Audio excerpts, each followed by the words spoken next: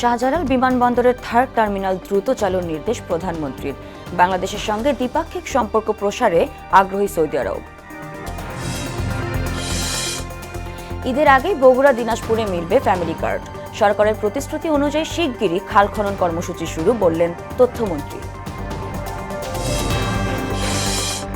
সেনাবাহিনীর শীর্ষ পর্যায়ে রদবদল, chief of general staff, principal staff officer এবং ডিজিএফআই প্রধান পদে নতুন মুখ। এবং আত্মঘাতী হামলার জবাবে আফগানিস্তানের একাধিক নিশানায় পাকিস্তানের বিমান হামলা, নিহত বেড়ে ৮০, আরও হতাহতের সংখ্যা।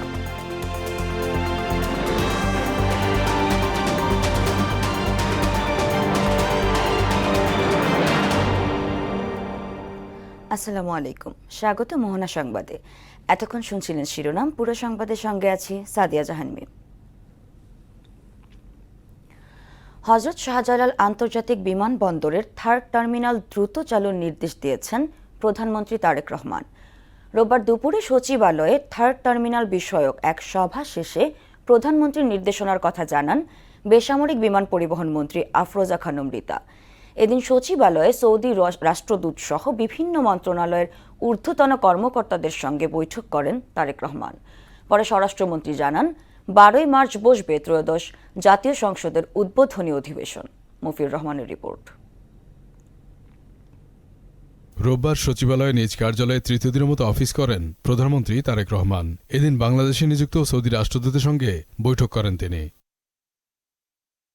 পরে পররাষ্ট্র বিষয়ক উপদেষ্টা হুমায়ুন কবির বলেন, বাংলাদেশের সঙ্গে কাজ করার আশ্বাস দিয়েছে সৌদি সরকার। প্রাইম মিনিস্টার হিসাবে সৌদির বাদশাহ এবং ক্রাউন প্রিন্সের বিভাগে আসছিলেন, তো সৌদির সাথে আমাদের সম্পর্ক দ্বিপাক্ষিক সম্পর্ক কিভাবে উন্নত করা যায় এগুলো নিয়ে আলাপ আলোচনা। এরপর হযরত শাহজালাল আন্তর্জাতিক বিমানবন্দরের তৃতীয় টার্মিনাল বিষয়ক সভায় অংশ নেন প্রধানমন্ত্রী। পরে বেসামরিক বিমানমন্ত্রী জানান, যত দ্রুত সম্ভব থার্ড টার্মিনাল চালুর বিষয়ে তাগাদা দিয়েছেন তারেক রহমান। কেন চালু হতেছিল, এটা তো ইন্টারিম গভর্নমেন্টের সময় ছিল, ওই সময় প্রশ্নটা তখন করতে পারতেন, কিন্তু এখন হলো যে আমাদের মাননীয় প্রধানমন্ত্রী চেষ্টা করছে এটাকে যাতে সামনে চালু করা যায় সে ব্যাপারে উনি চেষ্টা করেন। এছাড়া স্বরাষ্ট্র, পররাষ্ট্র ও স্থানীয় সরকার এবং আইন মন্ত্রণালয়ের ঊর্ধ্বতন কর্মকর্তা সহ নিজের রাজনৈতিক উপদেষ্টাদের সঙ্গে বৈঠক করেন প্রধানমন্ত্রী। বৈঠক শেষে স্বরাষ্ট্রমন্ত্রী বলেন, রাষ্ট্রপতির আহ্বানে 12ই মার্চ সংসদের প্রথম অধিবেশন বসবে। প্রথম অধিবেশনে ভাষণ দেবেন রাষ্ট্রপ্রধান। প্রধানমন্ত্রীর পরামর্শ ক্রমেই সংসদ অধিবেশন আহ্বান করবেন রাষ্ট্রপতি। সেটা নির্ধারণ হয়েছে 12 তারিখে মার্চের সংসদ অধিবেশন আহ্বান করা হবে এবং সেই অধিবেশনে কি কি কর্মসূচি থাকবে, কার্যসূচি, অর্ডার অফ দি ডে, সে বিষয়ে আলোচনা হয়েছে। যেমন সেই অধিবেশনে স্পিকার, ডেপুটি স্পিকার নির্বাচিত হবে এবং ইন্টারিম গভর্নমেন্টের আমলে যে সমস্ত অধ্যাদেশ প্রণয়ন করা হয়েছে সেগুলো উপস্থাপন করা হবে, সুপ্রস্তাব হবে প্রথামাফিক এবং রাষ্ট্রপতির ভাষণ হবে। পুলিশে কিছু রদবদল আসবে বলেও জানান স্বরাষ্ট্র উপদেষ্টা। কিছু পরিবর্তন তো আসবে, একটু সময় দিলে। এদিকে সুস্বাস্থ্যের বাংলাদেশ গঠনে আয়োজিত এক সভায় অংশ নেন প্রধানমন্ত্রী তারেক রহমান। মফিউর রহমান, মোহনা সংবাদ, ঢাকা। সরকার গঠনের পর নির্বাচনী প্রতিশ্রুতি বাস্তবায়নে বিএনপির অগ্রাধিকার কর্মসূচিতে স্থান পেয়েছে ফ্যামিলি কার্ড বিতরণ। আসন্ন ঈদের আগেই শুরু হচ্ছে এই পাইলট প্রকল্প, যার আওতায় প্রত্যেক সুবিধাভোগীকে মাসে ২,০০০ টাকা করে দেয়া হতে পারে। এতে ৫০ লাখ সুবিধাভোগীর জন্য বছরে সরকারকে গুনতে হবে ১২,০০০ কোটি টাকার বেশি। ইতোমধ্যে বিভিন্ন প্রস্তাবনা নিয়ে ফ্যামিলি কার্ডের কর্মকৌশল তৈরি শুরু হয়েছে, যা চলতি সপ্তাহেই চূড়ান্ত হতে পারে।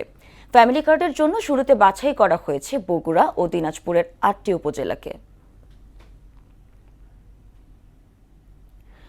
সরকার দ্রুতই সারা দেশে খাল খনন কর্মসূচি শুরু করবে বলে জানিয়েছেন তথ্য ও সম্প্রচার মন্ত্রী জহিরুদ্দিন স্বপন। রোববার বরিশালের গৌরনদী উপজেলায় খাল খনন কর্মসূচির উদ্বোধনকালে একথা বলেন তিনি। মন্ত্রী জানান, আগামী ৫ বছরে সারা দেশে ২০,০০০ কিলোমিটার খাল খননের পরিকল্পনা নেওয়া হয়েছে। তারেক রহমান গৃহীত পরিকল্পনাগুলোর বাস্তবায়ন কাজও শুরু হয়েছে।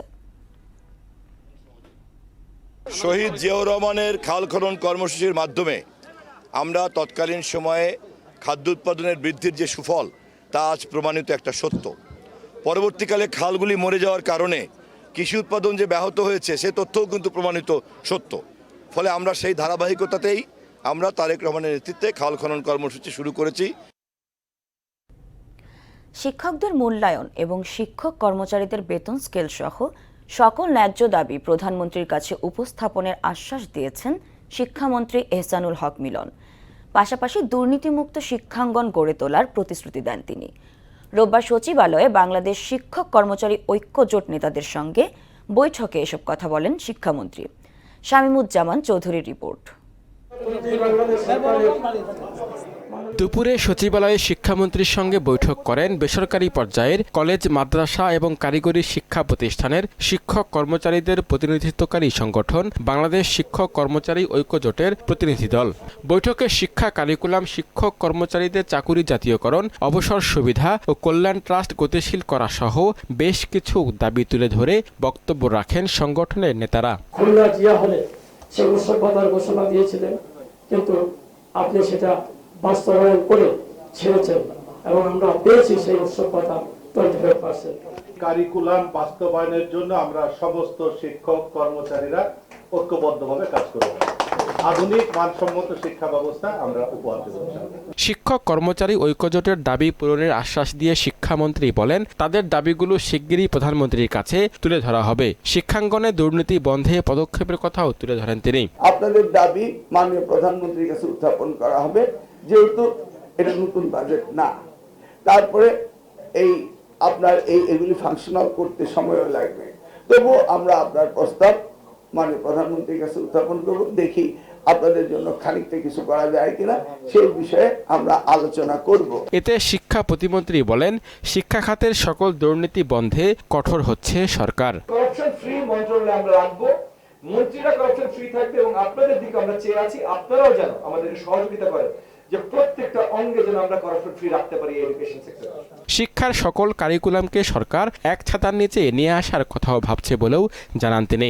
ইংলিশ মিডিয়াম হোক, বাংলা মিডিয়াম হোক, মাদ্রাসা হোক, আলিয়া মাদ্রাসা, ইবতেদায়ী মাদ্রাসা, কওমি মাদ্রাসা, যেই নামই আপনি বলেন না কেন, একটা জেনারেল আমব্রেলা, তারপর কিছু ডিফারেন্সেস থাকবে, সেটা ভিন্ন কথা। একটা জেনারেল আমব্রেলার মধ্যে আমরা আনতে চাই। শামীমুজ্জামান চৌধুরী, মহড়া সংবাদ, ঢাকা। বাংলাদেশ সেনাবাহিনীর শীর্ষ পদমর্যাদার কয়েকটি পদে রদবদল আনা হয়েছে। রোববার সেনা সদর দপ্তর থেকে এ সংক্রান্ত আদেশ জারি করা হয় বলে প্রতিরক্ষা মন্ত্রণালয় সূত্রে জানা গেছে। রদবদলের পর লেফটেন্যান্ট জেনারেল মাইনুর রহমান সেনাবাহিনীর চিফ অব জেনারেল স্টাফ হিসেবে নিয়োগ পেয়েছেন। এর আগে তিনি আর্ট ডকের জিওসি ছিলেন। পাশাপাশি প্রতিরক্ষা গোয়েন্দা মহাপরিদপ্তরের ডিজিএফআই প্রধান হচ্ছেন কায়সার রশিদ চৌধুরী। বর্তমানে ব্রিগেডিয়ার জেনারেল হিসেবে সেনা সদর দপ্তরে রয়েছেন তিনি। অন্যদিকে সশস্ত্র বাহিনী বিভাগের নতুন প্রিন্সিপাল স্টাফ অফিস হিসেবে নিয়োগ পেয়েছেন মেজর জেনারেল মীর মুশফিকুর রহমান। এর আগে 24 পদাতিক ডিভিশনের জিওসি ছিলেন তিনি। 2016 সালে রাজধানীর কল্যাণপুরে জঙ্গি সাজিয়ে 9 জনকে হত্যা মামলায় 8 আসামির বিরুদ্ধে এনইআর রিপোর্ট দাখিল করা হয়েছে। আসামি শেখ হাসিনা, কামাল সহ পলাতকদের বিষয়ে পত্রিকায় বিজ্ঞপ্তি জারির নির্দেশ দেন আন্তর্জাতিক অপরাধ ট্রাইব্যুনাল 1। এদিকে একই ট্রাইব্যুনালে কারফিউ জারি করে গণহত্যায় উস্কানির মামলায় সালমান ও আনিসুলের বিরুদ্ধে 2 জন সাক্ষ্য দিয়েছেন। আর ট্রাইব্যুনাল 2-এ তাইম হত্যার আনুষ্ঠানিক অভিযোগ গঠন করা হয়েছে। বিস্তারিত জানাচ্ছেন মুদাসসির আলী। 2016 সালের 26 জুলাই ঢাকার কল্যাণপুরের 5 নম্বর সড়কে জাহাজবাড়ি নামে এক ভবনে 9 জনকে জঙ্গি বানিয়ে গুলি করে হত্যা করা হয়। এ মামলায় সাবেক প্রধানমন্ত্রী শেখ হাসিনা, সাবেক স্বরাষ্ট্রমন্ত্রী আসাদুজ্জামান খান কামাল সহ 8 জনকে আসামি করা হয়। এর মধ্যে পুলিশের সাবেক আইজিপি AKM শহীদুল হক সহ গ্রেপ্তার রয়েছেন 3 জন। শেখ হাসিনা, কামাল সহ পলাতক 6 জন। রোববার গ্রেপ্তারকৃতদের হাজির করা হয় ট্রাইব্যুনালে। বিচারপতি মোহাম্মদ গোলাম মর্তুজা মজুমদারের নেতৃত্বাধীন আন্তর্জাতিক অপরাধ ট্রাইব্যুনাল 1-এ আটক ও পলাতক সহ প্রত্যেকের বিরুদ্ধে এনইআর রিপোর্ট দাখিল হয়। পত্রিকায় পলাতকদের আত্মপ্রকাশে বিজ্ঞপ্তি জারির নির্দেশ জারি করা হয়। পরে বিষয়টি নিশ্চিত করেন প্রসিকিউটর MH তামিম। সেখানে আজকে এনইআর অর্থাৎ non execution of warrant of অ্যারেস্টের রিপোর্ট দাখিলের দিন ধার্য ছিল।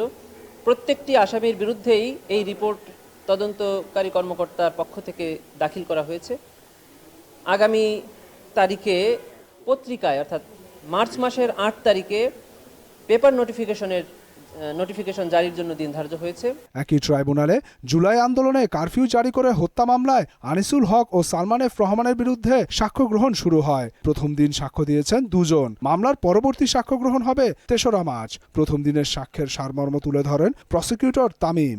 ইমরান হোসেন তিনি ১৯ জুলাই গণঅভ্যুত্থান চলাকালে মিরপুর ১০ নম্বরে আওয়ামী লীগের এবং পুলিশের গুলিতে তার ডান পা হারিয়েছেন। আরেকজন সাক্ষী সাক্ষ্য দিয়েছেন, ওনার নাম মোহাম্মদ কামাল হাওলাদার। তিনি বলেছেন যে সেখানে আওয়ামী লীগের নেতৃবৃন্দরা সরাসরি অস্ত্র হাতে নিয়ে ছাত্র জনতার উপরে গুলি করেছে। তবে আনিসুল ও সালমানের আইনজীবী সাক্ষী দুজনকে জেরা করেন। আমরা তাদেরকে জেরা করেছি যে যেহেতু ওনাদের কোনো পার্সোনাল নলেজ নাই এবং কোথায় কোন অনলাইন মাধ্যমে ওনারা কখন জানতে পেরেছে সেটাও সুনির্দিষ্টভাবে বলে নাই, তো এ ধরনের তথ্যের ভিত্তিতে আসলে ওনারা যে সাক্ষ্য দিয়েছেন সেটা সঠিকভাবে সাক্ষ্য দেন নাই। এদিকে ট্রাইব্যুনাল ২ জুলাই আন্দোলনে ইমাম হোসেন তাইম হত্যা মামলার আনুষ্ঠানিক অভিযোগ গঠন হয়েছে। বিচারপতি নজরুল ইসলাম চৌধুরীর নেতৃত্বাধীন বিচারিক প্যানেলে অভিযোগ আমলে নিয়ে সূচনা বক্তব্য সহ সাক্ষ্য গ্রহণের জন্য ২৯ মার্চ দিন ধার্য করেন ট্রাইব্যুনাল। এ মামলায় ১১ আসামির মধ্যে গ্রেপ্তার রয়েছেন ২ জন। মুদাসসির আলী, মোহনা সংবাদ, ঢাকা। ঈদের জমজমাট কেনাকাটা শুরু না হলেও ভিড় বাড়ছে রাজধানীর বিপণী বিতানে। শেষ দিকের ঝুঁকি এড়াতে অনেকে রমজানের শুরুতেই ছুটছেন মার্কেটে। এখন পর্যন্ত বড় শপিং মলের চেয়ে ফুটপাতেই ভিড় বেশি। সেখানে স্বাদ এবং সাধ্যের সমন্বয়ে নিজের এবং পরিবারের সদস্যদের জন্য পোশাক খুঁজছেন নিম্ন ও মধ্যবিত্তরা। আরও জানাচ্ছেন উষা ফেরদৌস। ঈদ মানেই নতুন পোশাক, শিশু থেকে বয়স্ক সবারই ভাঁজ করা রঙিন পোশাক চাই। যদিও সেই উৎসবের বাকি প্রায় ২৫ দিন, ফলে ফুটপাত কিংবা বড় বিপণী বিতান কোথাও উপচে পড়া ভিড় দেখা যাচ্ছে না। যারা স্বাচ্ছন্দ্য কেনাকাটায় আগ্রহী রমজানের শুরুর দিকে তারাই ছুটছেন মার্কেটগুলোতে। যাদের দেখা গেছে পরবর্তীতে কাজ থাকে তারা শুরুর দিকে কেনাকাটা করতে আসে। আমারও কাজ আছে দেখে আমি আগে কেনাকাটি ঝামেলা শেষ করতেছি। আর ২-৩ দিন বিভিন্ন রকম দোকানে যাব, দেখবো, তারপর পছন্দ করে কিনে ফেলবো। তবে ওনাদের কালেকশনগুলো খুব ভালো। শিশুদের পোশাকের চাহিদা সবচেয়ে বেশি। মেয়েদের 3 পিস, সালোয়ার কামিজ, আনস্টিচ লনের চাহিদাও বেশ।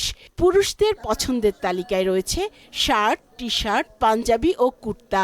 বিক্রেতারা বলছেন জমজমাট বেচা বিক্রিতে কয়েকদিন সময় লাগবে। ঈদের যে একটা বাজার মোটামুটি ওরকম এখনো শুরু হয় নাই। মোটামুটি হচ্ছে, তবে আমরা আশা করতেছি আর 2-1 দিন পরেই আমাদের খুব ভালো কেনাকাটা হবে। বড় বড় শপিং মলের চেয়ে ফুটপাতের দোকানগুলোতে ক্রেতার সমাগম বেশি। হরেক পণ্যের সমাহার আর কিছুটা সাশ্রয়ী হওয়ায় ঈদ কেনাকাটায় নিম্ন ও মধ্যবিত্তের প্রথম পছন্দ এখানেই। মার্কেটের তুলনায় অবশ্যই কম হবে এখানে, এটার জন্যই তো এখানে আসা। কাপড়ের মানও ভালো, এখানে দামও কম, এই জন্যই তো আসা এখানে। যেসব জিনিসগুলো আছে ভিতরে কিন্তু ওইসব জিনিসগুলোই আছে, কিন্তু এখানে ভিতরের থেকে এখানে বাইরে পরিবেশ হিসাবে এখানে জিনিসগুলো একটু কমে পাওয়া যায় আর কিন্তু ভিতরে দামটা অনেক বেশি। 15 রমজানের পর ফুটপাতে আরো জমজমাট বেচা কেনার প্রত্যাশা জানান বিক্রেতারা। যারা আশেপাশে যারা জব করে এখানে তারা দেখা যাচ্ছে 15 রমজান থেকে আপনার 30 রমজান পর্যন্ত কেনা বেচা করে। আশা করা যায় নতুন সরকার আসছে, বেচা কিনি ভালো হওয়ার সম্ভাবনাটা আছে। উষা ফেরদৌস, মোহনা সংবাদ, ঢাকা। পাকিস্তানের সামরিক বাহিনীর বিমান হামলায় প্রতিবেশী আফগানিস্তানে ৮০ জনের বেশি জঙ্গি নিহত এবং আহত হয়েছেন বহু মানুষ। রোববার পাকিস্তানের সামরিক বাহিনীর একটি সূত্র এ তথ্য জানায়। ইসলামাবাদের নিরাপত্তা সূত্র দাবি করেছে, গত কয়েক সপ্তাহে পাকিস্তানের বিভিন্ন স্থানে আত্মঘাতী হামলার জবাবে আফগানিস্তান ভিত্তিক একাধিক জঙ্গি গোষ্ঠীকে লক্ষ্য করে রাতভর এই বিমান হামলা চালানো হয়। হতাহতের সংখ্যা আরও বাড়তে বলে আশঙ্কা করা হচ্ছে। প্রায় ৩ মাস ধরে জলাতঙ্ক রোগের ভ্যাকসিন সংকটে মানিকগঞ্জ ২৫০ শয্যা সদর হাসপাতাল। শুধু হাসপাতালেই নয়, ফার্মেসিগুলোতেও মিলছে না এই ভ্যাকসিন। এতে ভোগান্তিতে পড়েছেন কুকুর ও বিড়ালে কামড়ানো রোগীরা। তবে দ্রুতই সরবরাহ স্বাভাবিক হবে বলে আশ্বাস দিয়েছে হাসপাতাল কর্তৃপক্ষ। সাধন সূত্রধরের প্রতিবেদন, জানাচ্ছেন মাহমুদা আক্তার। প্রায় 16 লাখ মানুষের চিকিৎসা সেবার অন্যতম ভরসা স্থল মানিকগঞ্জ 250 শয্যা বিশিষ্ট জেনারেল হাসপাতাল। প্রতিদিন জেলার 7 উপজেলা থেকে এখানে আসেন হাজার হাজার রোগী। বিভিন্ন রোগের পাশাপাশি নিয়মিত চিকিৎসা নেন কুকুর বিড়ালের কামড়ে আক্রান্ত রোগীরাও। জেলায় প্রতিদিন প্রায় 200 ডোজ জলাতঙ্কের ভ্যাকসিন লাগলেও 16 ডিসেম্বর থেকে সদর হাসপাতালে পুরোপুরি বন্ধ সরবরাহ। কোম্পানি আমাদেরকে দেয় না, তাদের কাছে নাই। তারা বলে যে আমাদের প্রোডাক্ট যাওয়া হয় ওই সবাইরে ভাগযোগ করে 2-4টা করে দেই, ওই 5 দিন 7 দিন 10 দিন পর দেখা গেল 5টা দিছে। যা প্রয়োজন ওই প্রয়োজন অনুযায়ী কোম্পানি দিতে পারতেছে না। আমাদের হয়তো মাসে 10টা 15টা এরকম করে দেয়, আমরা যাই মারবি তাই বিক্রি করি। অবস্থা এমন যে কোথাও ভ্যাকসিন পাওয়া গেলেও 4 জন রোগী মিলে ভ্যাকসিন নিতে হচ্ছে। কুকুরে কামড়াইছে, এর ভ্যাকসিন পাই না, আমরা বাইরে থেকে কিনে আই না ভ্যাকসিন নিতেছি। হাসপাতালে ভ্যাকসিন নাই, বাইরে থেকে টাকা দেয়, বেশি টাকা দিয়ে কিনে আই না, শুই নিলাম। হসপিটাল আইছে তাও পাই নাই, মানিকগঞ্জ গেছে তাও পাই নাই, ফার্মেসিতে গিউর থেকে নিয়ে আইছি বেশি দামে। হাসপাতালে এসে আমরা ভ্যাকসিন পাই নাই, ভ্যাকসিন অ্যাভেলেবল এই হসপিটালে নাই, এর জন্য আমাদের খুব সমস্যা হতেছে। কিন্তু আমাদের কুকুরবেলার কামড়ের জন্য আমরা ভুক্তভোগী। সরকার যদি আমাদের এটা অ্যাভেলেবল করে সেক্ষেত্রে আমাদের ভুক্তভোগীদের জন্য আর কি সুবিধা হবে। প্রতিদিন 100 থেকে 150 জন রোগী ভ্যাকসিন না থাকায় ফেরত যাচ্ছে কিংবা অন্য কোথাও থেকে সংগ্রহ করতে বাধ্য হচ্ছে। প্রতিদিন হচ্ছে আমাদের ঘরে 150 থেকে 60 জন রোগী আসে। তো মাঝে মধ্যে সাপ্লাই বেশি থাকলে রোগী একটু বেশি হয়, আর সাপ্লাই যখন কম থাকে ওই সময় রোগী একটু কম হয়। কোম্পানি প্রোডাকশনের ঘাটতি থাকায় সংকট জানিয়ে আবাসিক মেডিকেল অফিসার বললেন দ্রুত ভ্যাকসিন সংকট নিরসন করার ব্যবস্থা নেওয়া হয়েছে।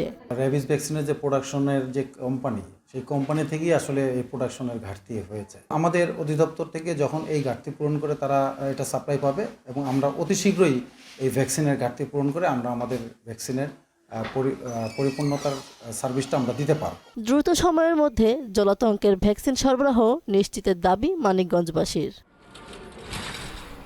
মাহমুদা আক্তার, মোহনা সংবাদ।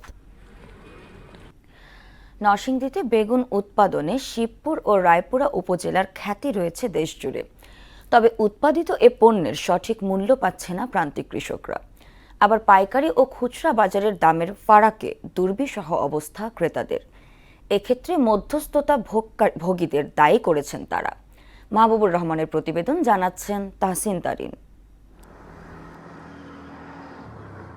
নরসিংদীতে বর্তমানে পাইকাররা কৃষকের কাছ থেকে বেগুন ক্রয় করছে 40 থেকে 45 টাকা কেজি দরে। কৃষকরা বেগুন উৎপাদনে পোকামাকড়ের ওষুধ সহ টাকা খরচ করে বর্তমানে বাজারে বেগুনের কিছু দাম পেলেও তারা দুশ্চিন্তায় আছে তাদের উৎপাদন খরচ নিয়ে।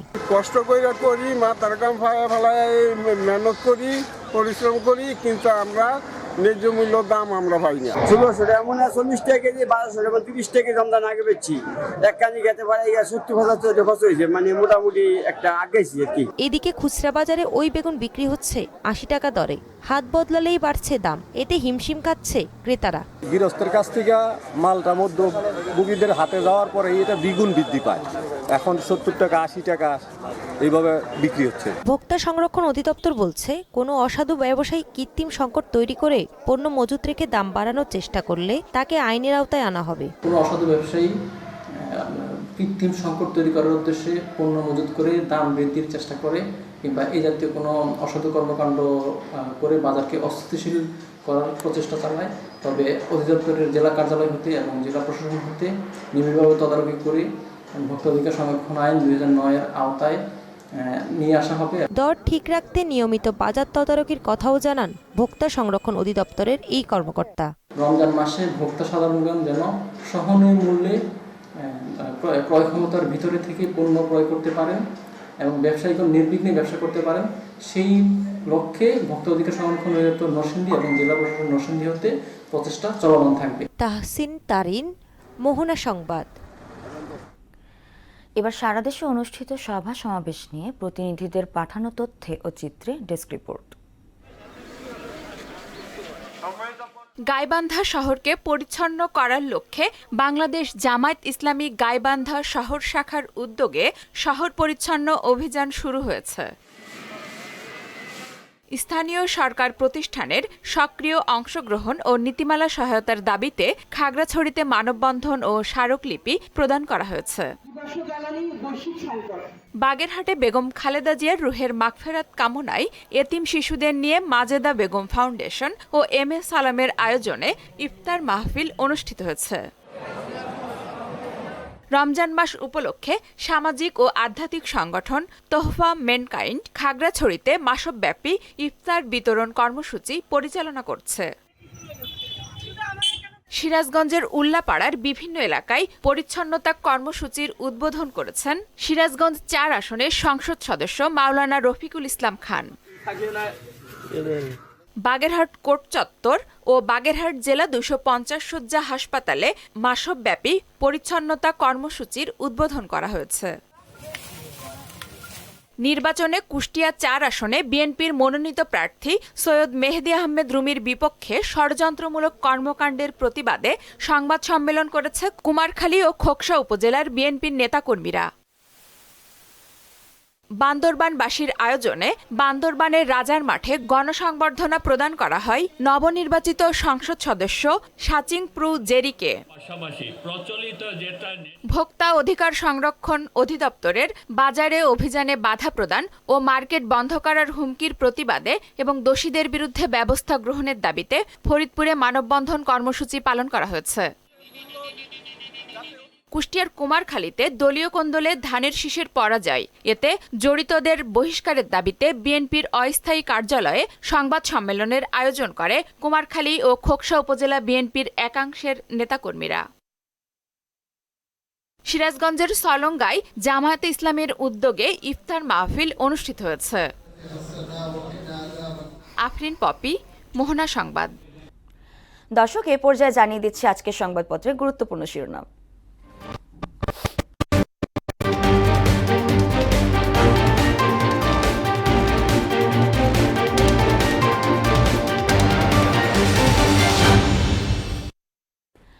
দর্শক, প্রথমেই জানিয়ে দিব প্রথম আলোর সংবাদ শিরোনাম।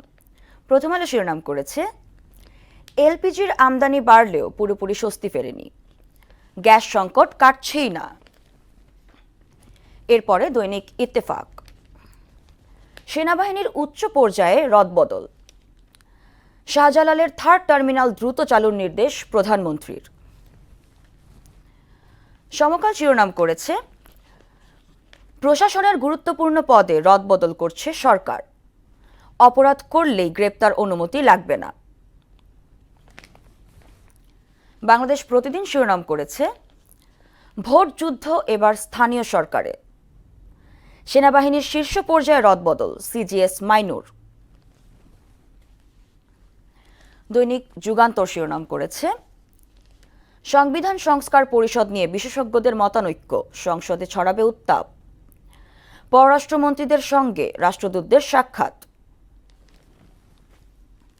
এবং সর্বশেষ the daily star, government faces $30 billion debt servicing bill, Iran willing to dilute uranium stockpile। এই ছিল সংবাদপত্রের গুরুত্বপূর্ণ শিরোনাম।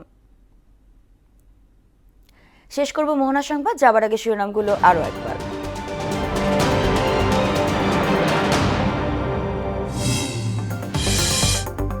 শাহজালাল বিমানবন্দরের 3rd টার্মিনাল দ্রুত চালুর নির্দেশ প্রধানমন্ত্রীর, বাংলাদেশের সঙ্গে দ্বিপাক্ষিক সম্পর্ক প্রসারে আগ্রহী সৌদি আরব।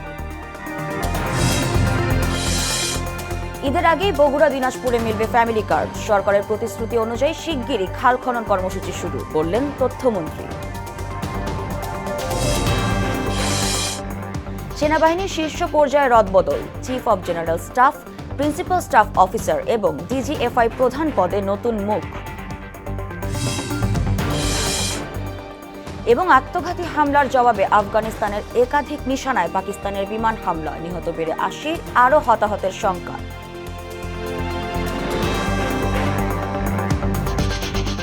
এই ছিল মোহনা সংবাদে। পরবর্তী সংবাদ দুপুর 1টায়। এর আগে সকাল 11টা দেখবেন সংবাদ এক নজরে। মোহনার সবশেষ খবর জানতে ভিজিট করুন www.mohana.tv। সংবাদ দেখতে পারেন ফেসবুক, ইউটিউবে। এতক্ষণ সঙ্গে থাকার জন্য ধন্যবাদ।